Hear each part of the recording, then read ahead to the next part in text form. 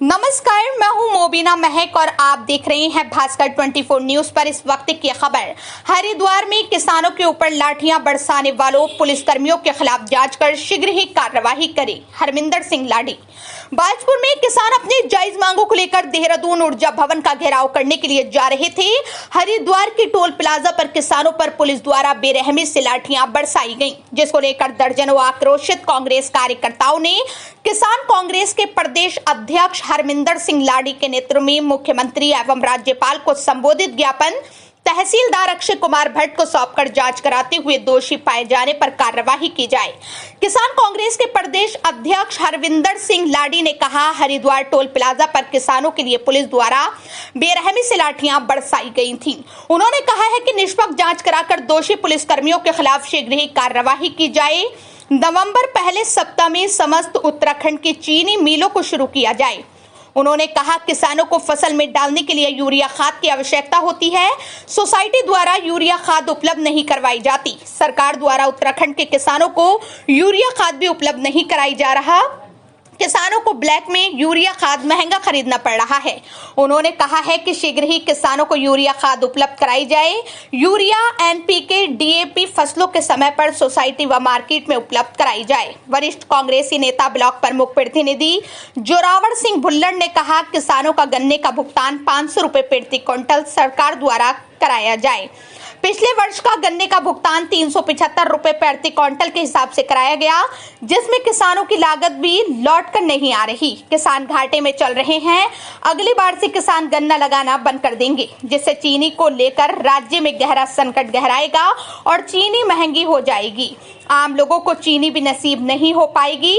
उन्होंने कहा, सरकार द्वारा हमारी मांगों पर शीघ्र ही अमल नहीं किया गया तो हम आंदोलन करने के लिए मजबूर होंगे। इस मौके पर कामरान खान, आमिर हुसैन, नवदीप सिंह कंग, सुरजीत सिंह, अमर सिंह रंधावा, साबिर हुसैन, गोल्डी कंग, वसीम अहमद, जाहिद अली, सरबजीत सिंह, फैयाज अली, मोहम्मद रफी आदि मौजूद थे। देखिए, किसान को कुचलने की राजनीति जब से भी सेंटर में बीजेपी आई है, स्टेट में आई है, ये किसान और मजदूर को कुचलती है।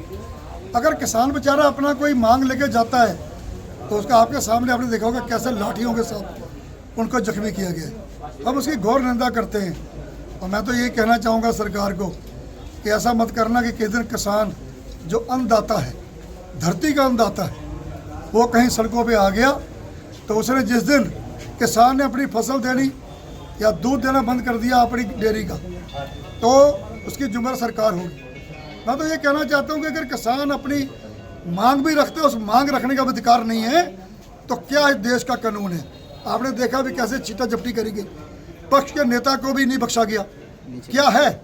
सबका ध्यान भ्रष्टाचार की ओर है, सबका ध्यान धांधली की ओर है, सबका ध्यान बदमाशी के साथ सीटें छीनने का है। तो हम तो ये मांग करते हैं कि जो वहाँ पर कार्रवाई हुई है उनको तुरंत बर्खास्त किया जाए। उसके साथ जब भी सीजन आता है, चाहे बुआई का आए, चाहे ऊपर खाद डालने का आए, urea gap, NPK gap, DAP gap, अब किसान को क्या होता है कि उसको ब्लैक में लेनी पड़ती है।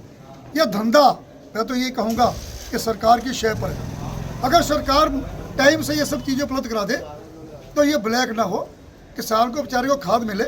किसान तो पहले ही हैंड टू माउथ रहता है। तीसरा, जो शुगर फैक्ट्री आपने देखा होगा, हमारी शुगर फैक्ट्री बाजपुर की, जब सीजन आता तब रिपेयरिंग शुरू होती है। तो मैं माननीय मुख्यमंत्री जी और राज्यपाल जी को ये ज्ञापन दिया है कि नवंबर के पहले हफ्ते में पूरे उत्तराखंड की शुगर फैक्ट्री चालू की जाए। और पिछली बात ही जैसे राज्य मंत्री ने कहा था, गन्ना मंत्री जी ने, कि 15 दिन में पेमेंट हुई थी। मुझे लगता है 3 महीने बाद पेमेंट अब हुई है लास्ट में। तो पेमेंट 15 दिन में दी जाए, क्योंकि किसान को उम्मीद रहती है कि 6 महीने बाद उसका धान आएगा, गन्ना आएगा, तो शुगर फैक्ट्री भी टाइम से चालू की जाए।